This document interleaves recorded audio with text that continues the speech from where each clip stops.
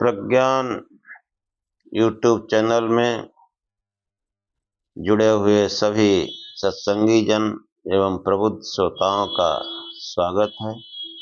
सभी का अभिनंदन है और सभी को मेरा प्रेम पूर्वक जय शिव।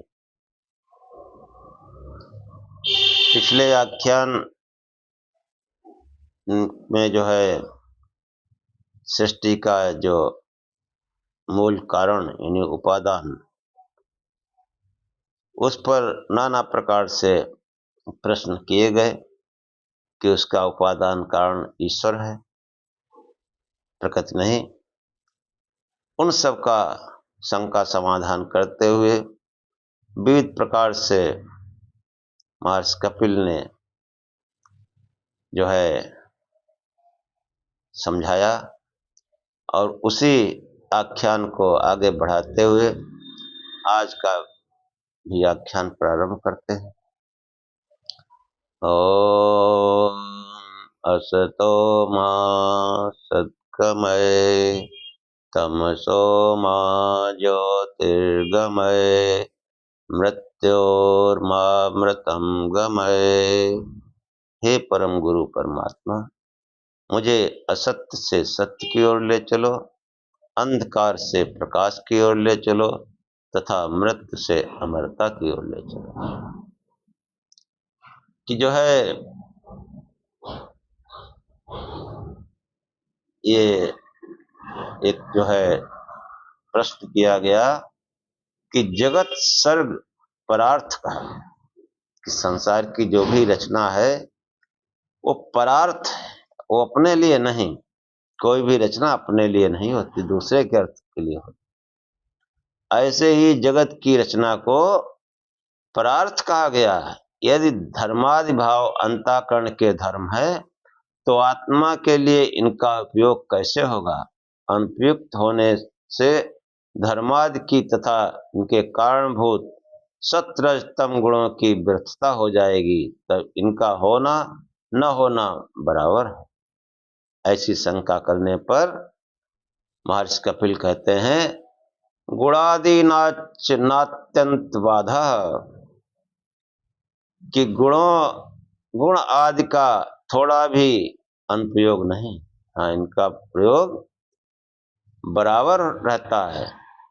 कि सत्वरजतम और आदि पद ग्राह्य उनके कार्य धर्म, हाँ आदि मतलब कि जो है उनके जो कार्य हैं आगे सत्वरजतम के, अहंकार, पंच तन्मात्र इंद्रियां, पंच महाभूत, हाँ ये सब कि जो है सत्वरजतम और आदि पद से जो है उनके कार्य धर्म आदि भाव का अन्य कार्यों की सर्वथा बाधा अनुपयुक्ता या व्यर्थता नहीं कही जा सकती। सूत्र के अत्यंत पद का अभिप्राय यद किंचित प्रकट होता है, अर्थात थोड़ा सा भी अनुप्रयोग नहीं समझना चाहिए। कि गुणादि नाच नात्यंत बाधा, कि जो है जब आत्मा के लिए उनका कोई उपयोग न हो, यदि गुणों के लिए ही हो तो आत्मा के भोग आदि को सिद्ध न करते हो तो उनको बाधित बताना ठीक है, परंतु सत्य आदि गुण आत्मा के लिए भोग अव्वर को संपन्न करके अपनी उपयोगिता को स्पष्ट करते हैं। फलता गुणों का बाधित या अनुपयोगी उनको नहीं कहा जा सकता। परिणाम की दृष्टि से ठीक है कि धर्म आदि बुद्धि तथा सत्व आदि के परिणाम हैं, परंतु धर्म आदि की अनुभूति केवल चेतन आत्मा को होती है, अतः उसका अधिष्ठान चेतन आत्मा ही है। इन सब का अधिष्ठान अधिष्ठाता वो चेतन आत्मा ही है।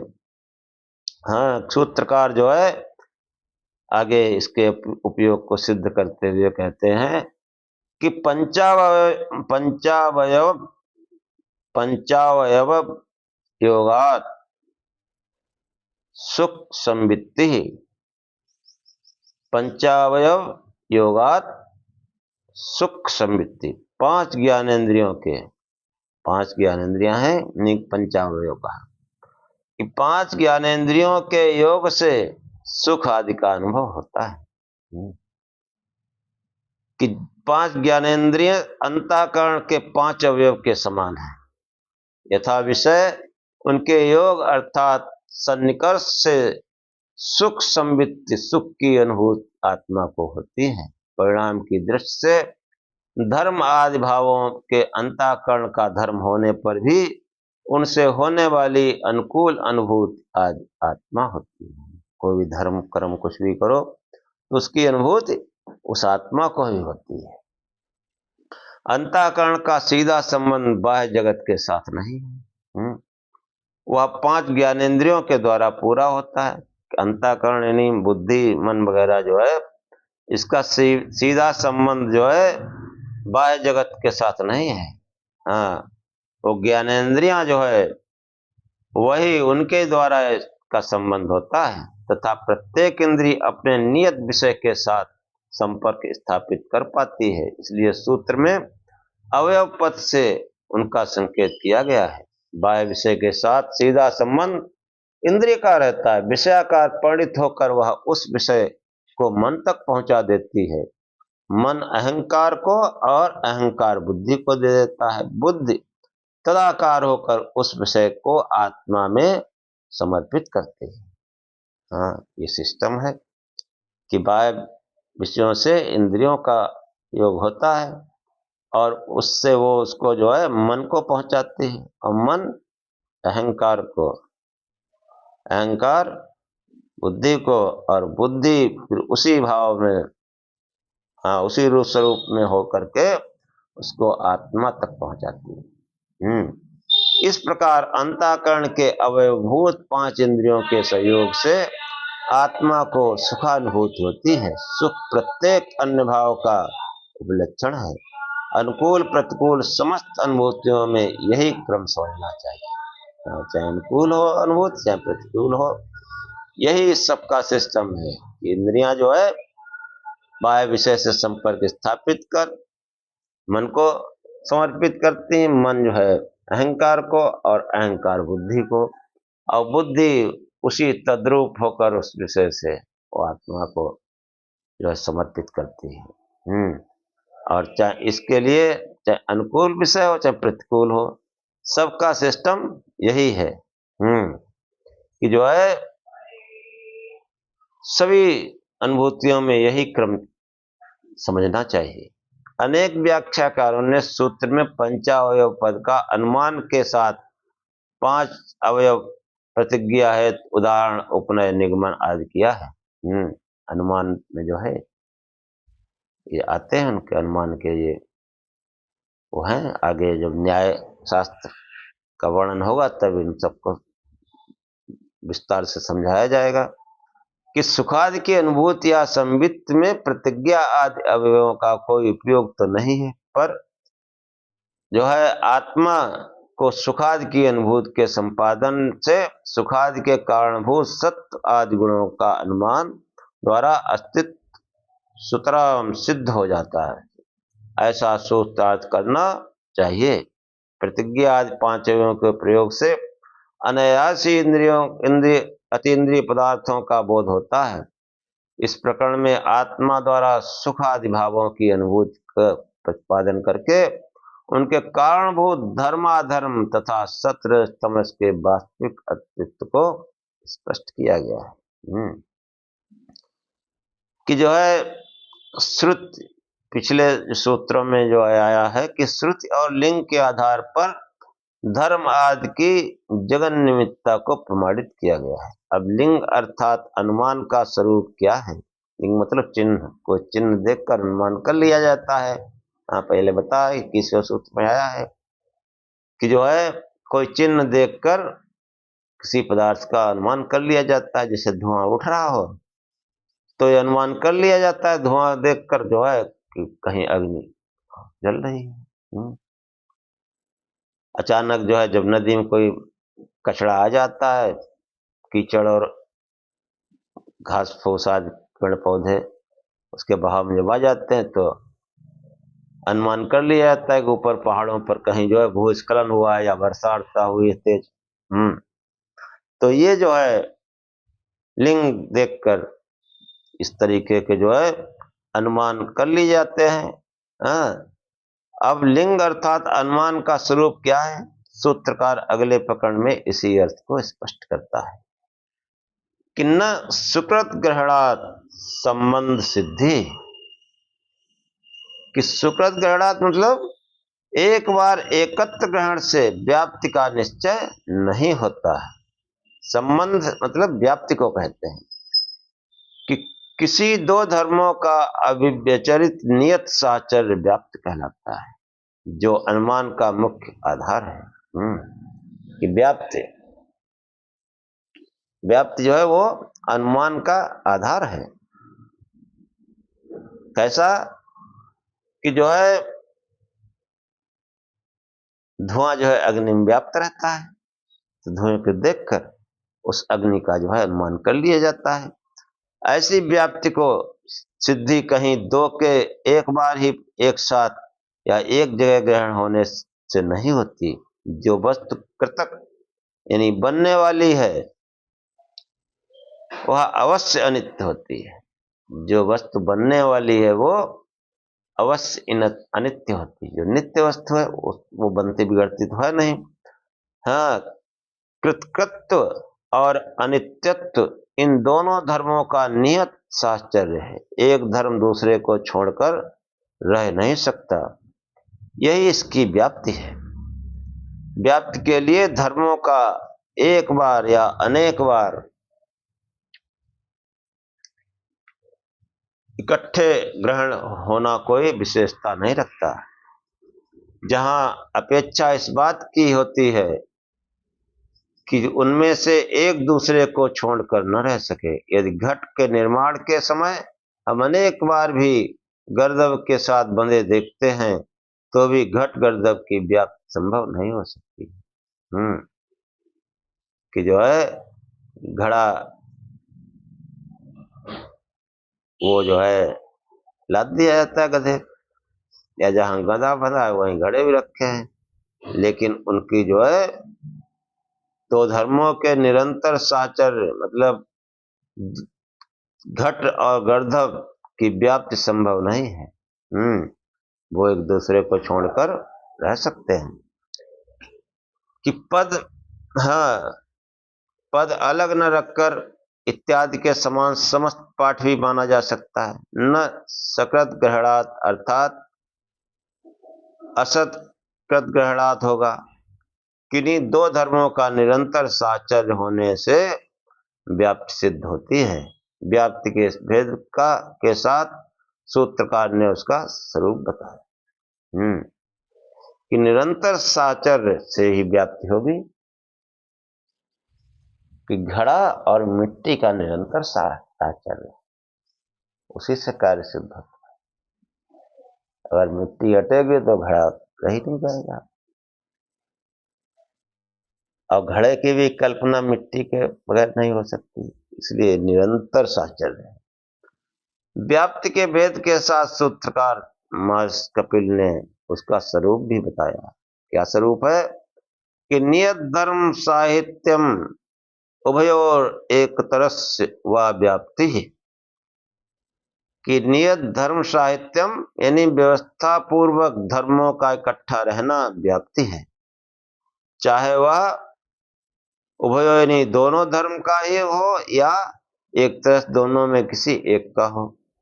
साध्य और साधन दोनों धर्म का परस्पर नियत साहचर्य अथवा केवल साधन धर्म का साध्य के साथ नियत साहचर्य व्याप्ति है। पहले का उदाहरण कृतकत्व और अनित्यत्व पूर्व सूत्र की व्याख्या में निर्देश कर दिया गया। दूसरे का उदाहरण धूम और अग्नि है।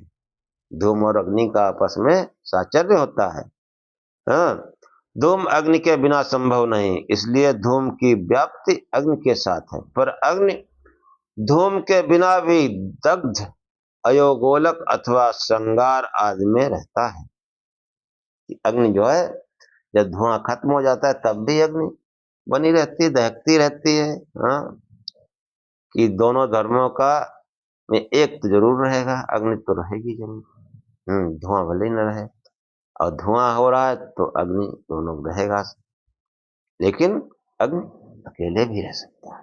ये बताने का प्रयत्न किया गया कि नियत धर्म साहित्यम उभयो, दोनों भी रह सकते हैं, एक तरह से एक से भी उसकी व्याप्ति हो सकती है। कि जो है कि अग्नि धूम के बिना भी दग्ध अयो गोलक अथवा अंगार आदि में रहता है। अंगार दहकता रहता है, धुआं नहीं होता, फिर भी अग्नि तो रहती है। इसलिए अग्नि की व्याप्ति धूम के साथ नहीं बनती, फलता कहीं दोनों धर्मों का और कहीं एक का अव्यभिचारित साचर्य व्याप्ति का स्वरूप है।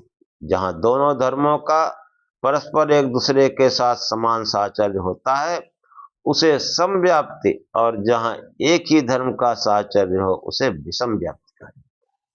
जैसे धुआं और अग्नि दोनों है तो वो सम साचर्य है, और अग्नि अकेले है, धुआं नहीं है, तो वो विषम साचर्य है। सूत्रकार जो है प्रतिपादन करता है कि व्याप्ति कोई अतिरिक्त तत्व नहीं है।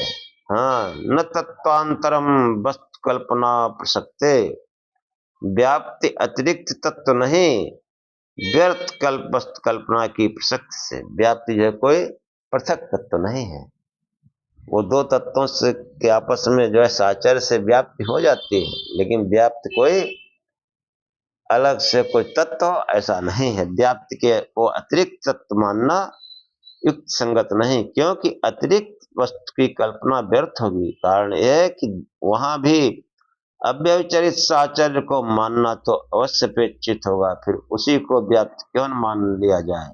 अतिरिक्त तत्व मानना निष्फल है। व्याप्त को कोई अतिरिक्त तत्व माना जाए ये व्यर्थ है। यदि किन्हीं दो पदार्थों या धर्मों का नियत साचर्य उनमें कोई अतिरिक्त तत्व नहीं है तो क्या है? तो आखिर जो अतिरिक्त तत्व नहीं है तो व्याप्ति क्या है? देखो कितने सूक्ष्म बातों को समझाया गया है। इतना प्राचीन दर्शन और कितनी सूक्ष्म गूढ़ बातें हैं जो आज भी जो है बहुत कठिनता से कहीं दूसरी जगह मिलती है। और मिलती क्या है? उन्होंने इन शास्त्रों का अनुसरण अनुकरण करके सब बातें लिखी। यही वास्तविकता है कि जो है यदि किन्हीं दो पदार्थों या धर्मों का नियत साचर्य उसमें कोई अतिरिक्त तत्व नहीं है तो क्या है? तो मार्क्स कपिल कहते हैं निज शक्ति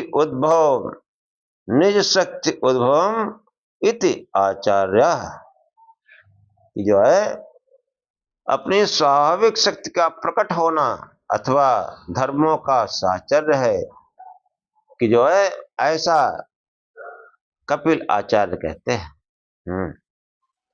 जो है निज शक्ति उद्भवम इति आचार्य, ऐसा आचार्य कहते हैं, कपिल आचार्य कहते हैं कि जो है अपनी स्वाभाविक शक्ति का प्रकट होना अथवा धर्मों का साचर्य है, ऐसा आचार्य कपिल कहते हैं। कि पदार्थ अथवा धर्मों की निज शक्ति के अभिव्यक्त से उन वस्तुओं अथवा धर्मों का साचर्य है। किसी वस्तु या धर्म में वह सहज स्वाभाविक सामर्थ्य रहता है कि वह किसी का कारण अथवा कार्य हो या प्रायोजक अथवा प्रयोजन हो। कोई वस्तु है वो या तो किसी का कार्य है या किसी का कारण है। कि जैसे घड़ा है तो कार्य है, और मिट्टी है तो वो उस घड़े का कारण है, और मिट्टी कार्य है इसका भी कारण होता है। तो कार्य कारण जो है ये भाव है कि वह किसी का कारण अथवा कार्य हो या प्रायोजक अथवा प्रयोज्य हो। कि किसी प्रयोजन के लिए हो या खुद उसका प्रायोजक हो, मतलब उसको प्रस्तुत करने वाला हो। तो वो जो है किसी वस्तु में धर्म में यह सहज स्वाभाविक सामर्थ्य रहता है कि किसी का कारण अथवा कार्य हो, ये सहज स्वभाव रहता है। यह चीज बनाने से नहीं बनती, यह वस्तुओं का अपना स्वभाव है। यही वस्तुओं के साचर्य के नाम से कहा जाता है। बनाने से नहीं बनती है, उनका स्वाभाविक है गुण। वो जो है मिल जाते हैं, सही संयुक्त हो जाते हैं। क्योंकि कोई कार्य अथवा प्रयोज्य अपने कारण का प्रयोजक की उपेक्षा करके अपने अस्तित्व का लाभ नहीं कर सकता। अपने कारण का जो है उसकी उपेक्षा करके जो है काम नहीं हो सकता है। कि जैसे कोई मिट्टी की उपेक्षा करके घड़ा बना दे, घर बन जाए घड़ा, ये नहीं हो सकता है। हाँ, सब चीजों में यही है। ज्ञान भी जो है अगर आपको कहीं से प्राप्त हुआ है तो जहां से प्राप्त हुआ है उसकी उपेक्षा करके आप उस ज्ञान से लाभ नहीं उठा सकते। उससे उसके सानिध्य में, उसके साचर्य में रहना ही पड़ता है। उसके, हाँ, वो प्रत्यक्ष भी हो सकता है, अप्रत्यक्ष भी हो सकता है, लेकिन वो जो है उससे साचर्य बनाए रखना पड़ता है। इसी साचर्य के आधार पर एक दूसरे का अनुमान हो जाता है, कि वस्तु का भी और ज्ञान का भी। हाँ, कोई बोलता है तो अच्छा बुरा कुछ भी बोले, अच्छा बोलेगा तो लोग कहेंगे भाई इनका आचार्य जो है वो वाकई कोई अच्छा रहा होगा। और बुरा बोलता है तो कहेगा अरे कैसे जो है इस आचार्य ने इसको बदतमीजी सिखाई। तो वो जो है उसमें लक्षण होते हैं, और वो लक्षण उनकी उपेक्षा नहीं की जा सकती। अपने कारण की जहां से वो प्रादुर्भूत हुई है वस्तु पदार्थ, उसकी उपेक्षा नहीं कर सकता है। आचार्य जो है आचार्य, सूत्र में आया है कि आचार्य निज शक्ति उद्भव आचार्य। आचार्य इस बहुवचन प्रयोग के आधार पर व्याख्याकारों ने प्रकट किया है कि विचार अन्य आचार्यों का न होकर स्वयं परम ऋषि कपिल का है। अत्यंत प्राचीन काल में अपने विचारों के स्वरूप में प्रकट करने की प्रथा रही है। अपना नाम लेकर अथवा उत्तम पुरुष द्वारा अपने मत को वे ऋषि प्रकट नहीं करते थे।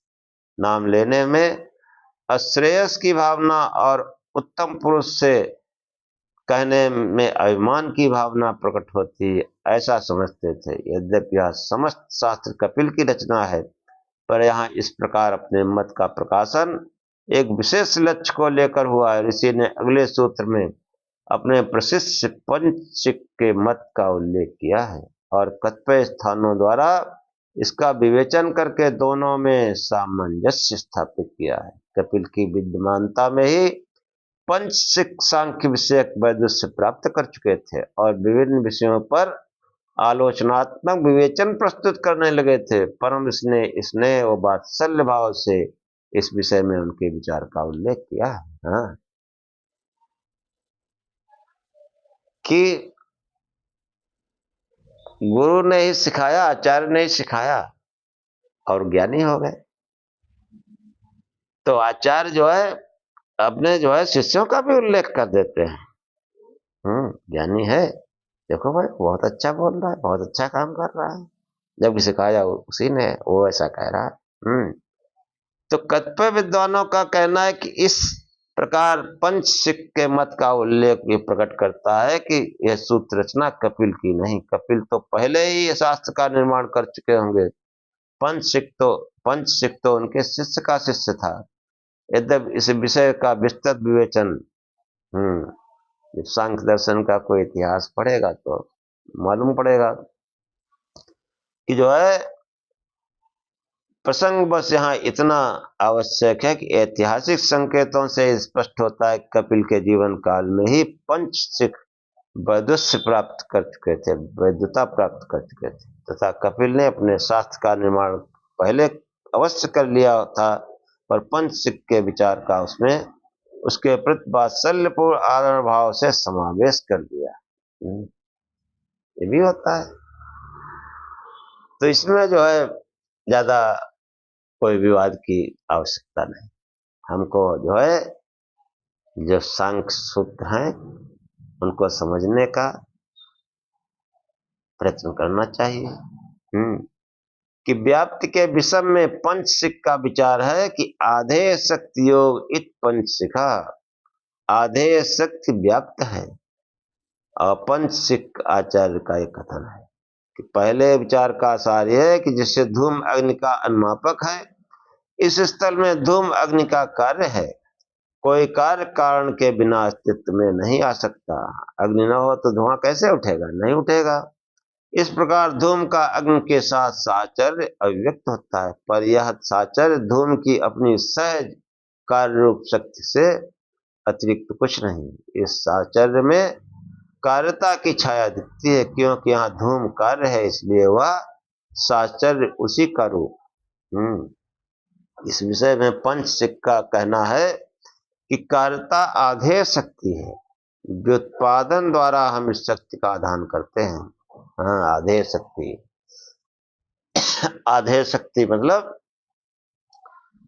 व्युत्पादन व्यक्ति का भी अनुमान जो है कि व्युत्पादन द्वारा हम इस शक्ति का आधान करते हैं। जब तक किसी को ये बोध न कराया जाए कि तब तक उसमें धूम्र में अग्नि की अनुमापकता नहीं आ पाती। किसी को बताया जाता है कि देखो धुआं उठ रहा है, इसका मतलब अग्नि है, तब वो जो है उसका ज्ञान उसको होता है, आधान करता है।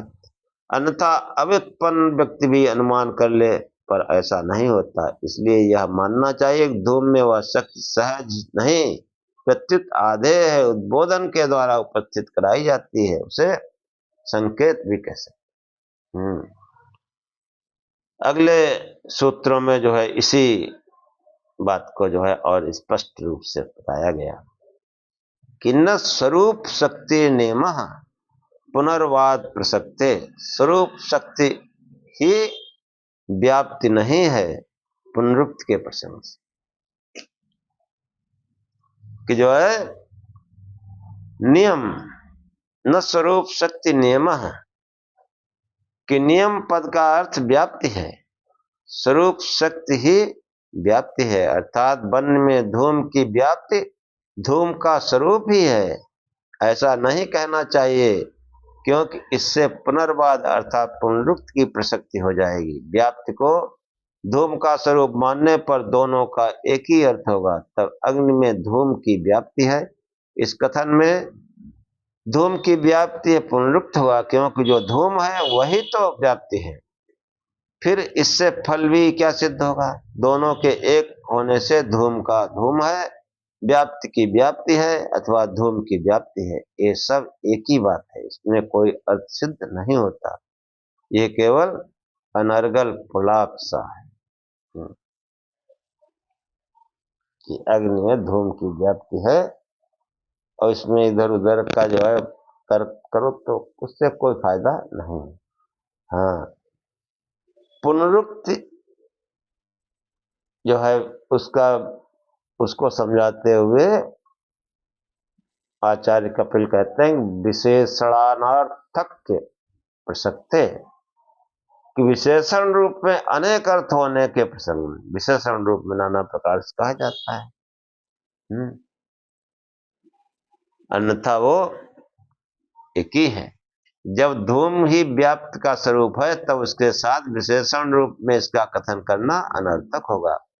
कहा जाता है धूमो वन व्याप्य, यहाँ धूम की व्याप्य अर्थात व्याप्ति विशिष्ट कहा गया है। ये व्याप्ति धूम का ही रूप है, जो व्याप्ति को धूम का विशेषण कहना अनर्थ होगा।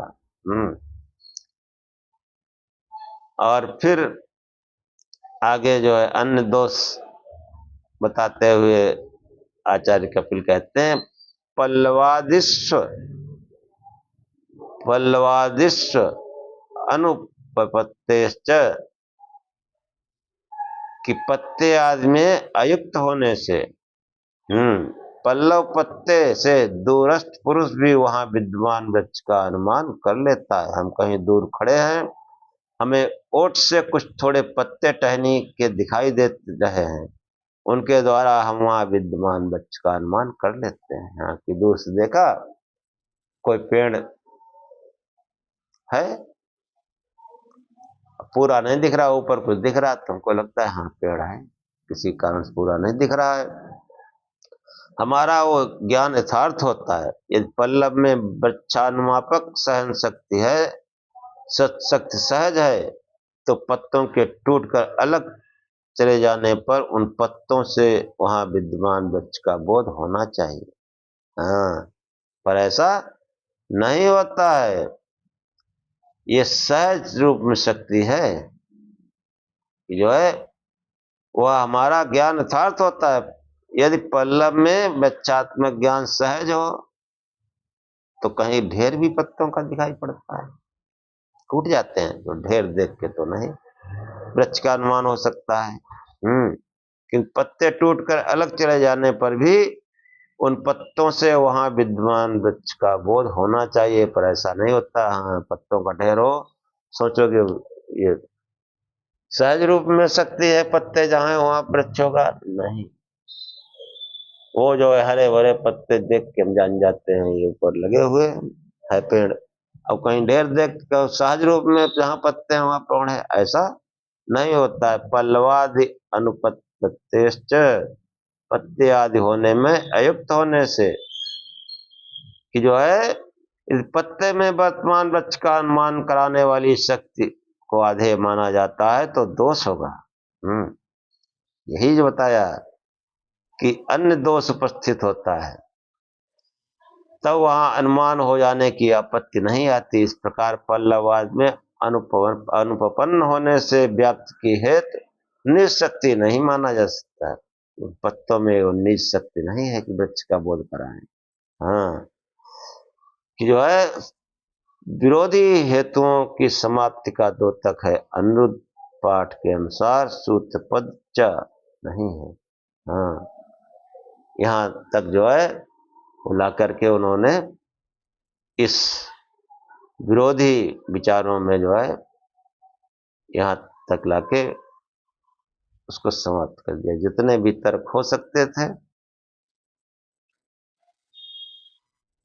मूल उपादान के संबंध में, वो सब यहां तक महर्षि कपिल ने उनको लाके कंप्लीट कर दिया। हाँ, इस प्रसंग को समाप्त करते सूत्रकार इन दोनों विचारों में सामंजस्य उपस्थित करता है। कि जो है निज शक्ति और आधेय शक्ति, इनका निश्चय हो जाने पर इनका जो है सामंजस्य उपस्थित करते हुए महर्षि कपिल कहते हैं कि आधेय शक्ति सिद्धो निज शक्ति योगा सामान्य न्यायात, कि आधेय शक्ति का निश्चय हो जाने पर यथार्थ अनुमान प्रयोग से सहज शक्ति ही व्याप्ति है।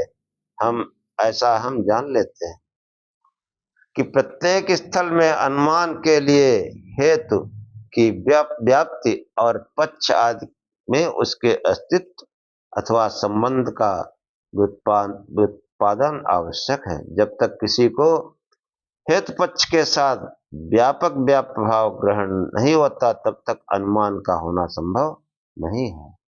व्यापक और व्याप्य भाव कि धुआं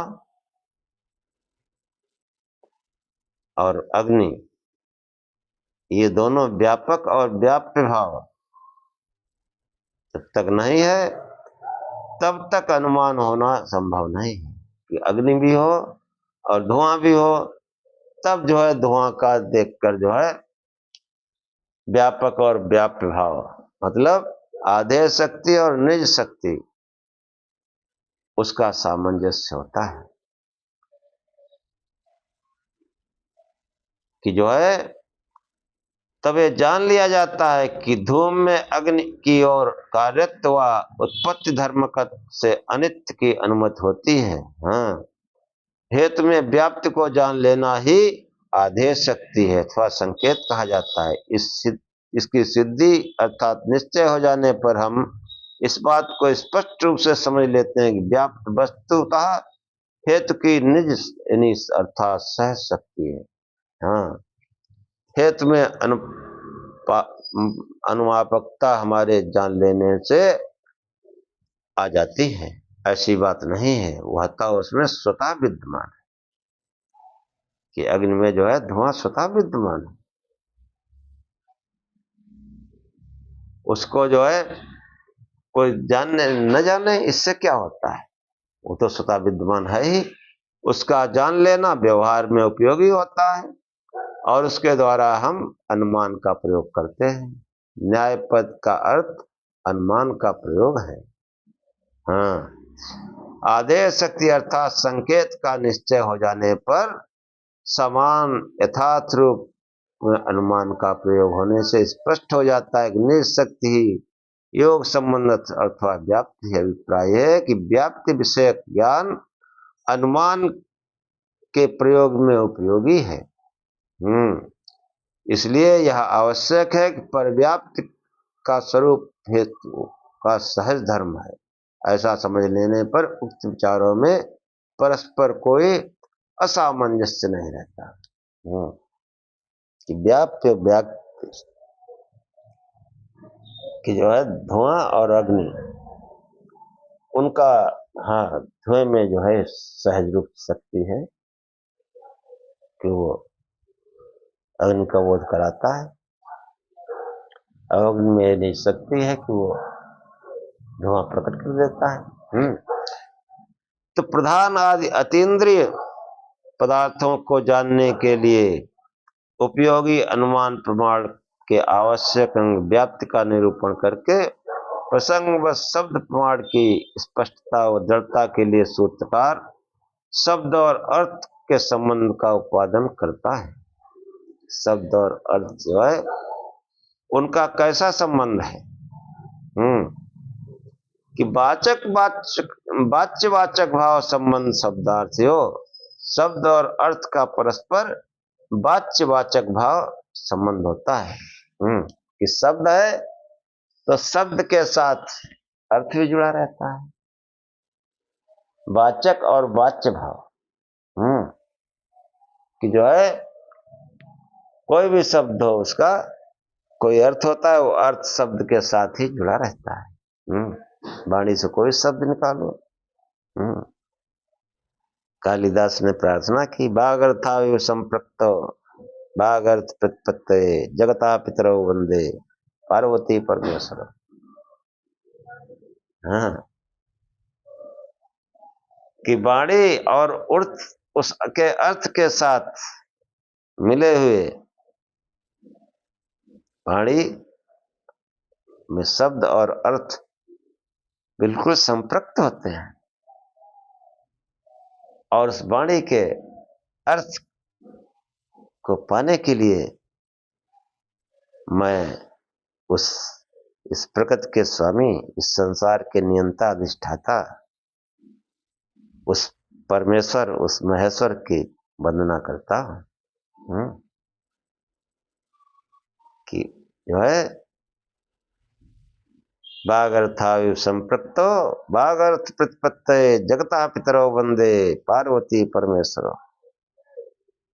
कि प्रकृति के स्वामी, अधिष्ठाता, नियंता उस परमेश्वर, उस महेश्वर की मैं वंदना करता हूं।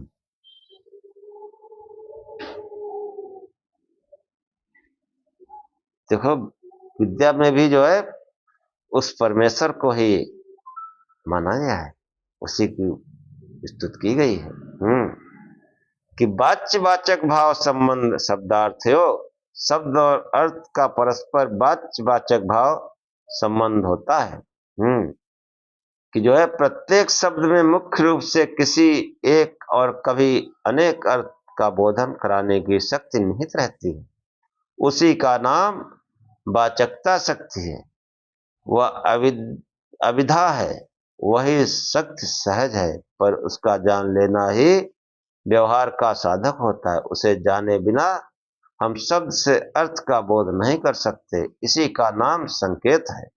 अमुक शब्द अमुक अर्थ का बोध कराता है, उसे जान लेना ही उस शब्द के अर्थ में संकेत कहा जाता है। जो शब्द बोला गया वो संकेत है किसी अर्थ का। और उसमें ये निज शक्ति है उसके अर्थ को स्पष्ट करने के लिए, और उस अर्थ को जो समझता है वही व्यावहारिक ज्ञान कर पाता है। और हमने बहुत सी प्रार्थनाएं, स्तुतियां, मंत्र रट लिए हैं, उनके अर्थ को अगर नहीं जानते तो कोई उसका उपयोग नहीं है।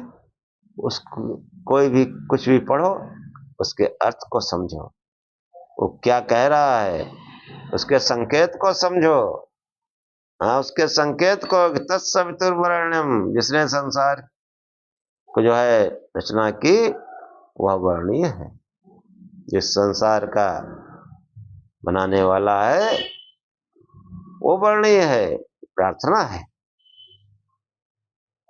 कि उस संसार का नियंता, अधिष्ठाता, प्रेरता, हाँ, उच्च भाषा में ऐसे कह सकते हो, साधारण भाषा में हाँ, कि वही वर्णीय है। और उस वर्णीय भगवान का कि वागर्था संप्रक्त वागर्पत्ते जगता पितरो वंदे पार्वती परमेश्वर।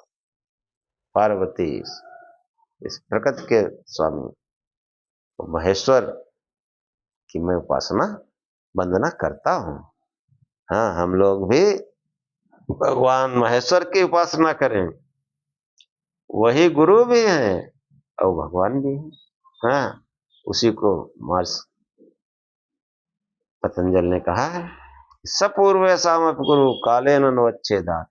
वह पूर्व ऋषियों का भी गुरु है और हमारा भी, जो काल की सीमा में नहीं आता, जिसका कोई जन्म मृत्यु नहीं है, जिसका कोई बचपना, जवानी, बुढ़ापा नहीं है, ऐसे उस परमेश्वर की हमको उपासना करनी चाहिए। इसलिए हम भगवान भोलेनाथ की फोटो लगा करके पूजा प्रार्थना करें, वाणी से शिव नाम का जाप करें और प्रकाश स्वरूप से ध्यान करें। हाँ, आज का आख्यान यही समाप्त करते हैं, शेष अगले इसमें। ओम सहनाववत् सहनौ भुनक् सह वीर्यं करवावहे तेजस्विनावधीतमस्तु मा विद्विषावहे। ओम शांति शांति शांति। हे परमात्मा, हम दोनों श्रोता और वक्ता को दोनों की साथ साथ रक्षा करें, साथ साथ पालना करें, और हम दोनों साथ साथ मिलकर बल को बढ़ावें, साथ साथ पराक्रम करें। हमारा पढ़ा पढ़ाया एक साथ तेजस्विता को फैले। अगर आपको हमारे आख्यान अच्छे लगते हैं तो अपने इष्ट मित्र सगे संबंधियों में भी भेज, उनको भी कहें भाई वो भी सुने। हमारा पढ़ा पढ़ाया एक साथ तेजस्विता को प्राप्त होनी समाज में फैले। हम आपस में द्वेष न करें।